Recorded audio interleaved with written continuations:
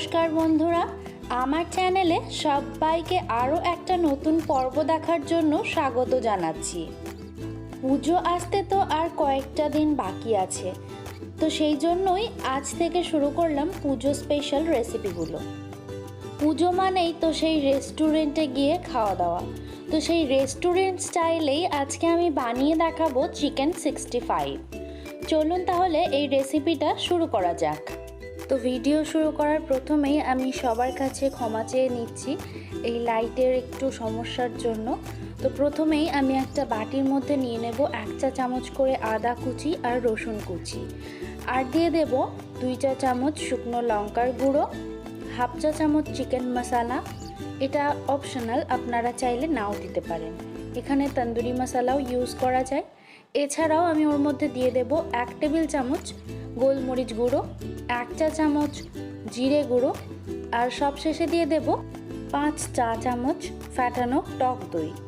তো আজকের রেসিপিটা সম্পূর্ণ দেখবেন আর একটু কষ্ট করে দেখে নেবেন, কারণ লাইটের জন্য খুবই সমস্যা হচ্ছে, আমিও সেটা বুঝতে পারছি।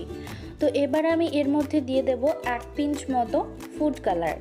এখানে আমি রেড ফুড কালারটা ইউজ করেছি, আপনারা চাইলে ইয়েলোটাও ইউজ করতে পারেন। দিয়ে খুব ভালো করে মিশিয়ে নেব। চিকেন ম্যারিনেট করার জন্য মশলাটা রেডি হয়ে গেছে। এবার আমি ওর মধ্যে দিয়ে দেব 400 গ্রাম বোনলেস চিকেন কিউব। তো এখানে আপনারা চাইলে বাড়িয়ে বা কমিয়ে নিতেও পারেন, সেই ক্ষেত্রে কিন্তু সব কিছুই পরিমাণ বাড়াতে হবে বা কমাতে হবে। দিয়ে সব চিকেনগুলোকে ম্যারিনেট করে নেব মশলার সাথে। দিয়ে ম্যারিনেট চিকেনটাকে আমি 2 ঘন্টার জন্য ফ্রিজের মধ্যে রেখে দেব। চিকেনটা এখন ফ্রিজে রাখার জন্য একদম রেডি। তো 2 ঘন্টা পর আমি চিকেনটাকে ফ্রিজ থেকে বের করে নিয়েছি, নিয়ে একবার খুব ভালো করে নাড়াচাড়া করে নেব। এবার ম্যারিনেট করে রাখা চিকেনের মধ্যে আমি একটা ডিম ভেঙে দিয়ে দেব। তো আজকের রেসিপিটা সবার কাছে অনুরোধ রইল প্রত্যেক দিনের মতো সম্পূর্ণ দেখার। এবার আমি এর মধ্যে আরও দিয়ে দেব 1.5 টেবিল চামচের মতো অল পারপাস ফ্লোর বা ময়দা। এরপর দিয়ে দিচ্ছি এর মধ্যে 2 টেবিল চামচ কর্নফ্লাওয়ার। কর্নফ্লাওয়ার যদি না থাকে তাহলে এখানে অ্যারারুটও দেওয়া যায়। তো এবার এর মধ্যে দিয়ে দেব স্বাদ মতো নুন। আমি এখানে 1 চা চামচ নুন দিলাম। দিয়ে আবারও সব কিছুকে খুব ভালো করে মিশিয়ে নেব। সব কিছুকে খুব ভালো করে মেশানো হয়ে গেছে আর চিকেনগুলো ভাজার জন্য রেডি। তো চলুন এবার চিকেনগুলোকে ভেজে নেওয়া যাক। তো তার জন্য একটা ডিপ কড়াই নিয়ে ওর মধ্যে আমি পর্যাপ্ত পরিমাণে সাদা তেল দিয়ে দিচ্ছি। এবার আমি তেলটাকে চেক করে নিচ্ছি যে তেলটা ঠিকঠাক গরম হয়েছে কিনা। দেখতেই পারলেন তেলটা আমার ঠিকঠাক গরম হয়ে গেছে। এখন আমি ওর মধ্যে ম্যারিনেট করে রাখা চিকেনগুলো দিয়ে দিচ্ছি। এবার চিকেনগুলোকে মিডিয়াম ফ্লেমে হাতা দিয়ে অনবরত নাড়াচাড়া করে লাল লাল করে ভেজে নেব। অনবরত নাড়াচাড়া না করলে কিন্তু চিকেনের এক দিকটা পুড়ে যাবে আর এক দিকটা কিন্তু ভাজা হবে না বা কাঁচা থাকবে। তো দেখতেই পারলেন চিকেনগুলো ভাজা হয়ে গেছে। এখন আমি চিকেনগুলো তুলে নিয়েছি, দেখতেই পাচ্ছেন সব চিকেনগুলো আমার ভেজে নেওয়া হয়ে গেছে। তো এবার সস তৈরি করব।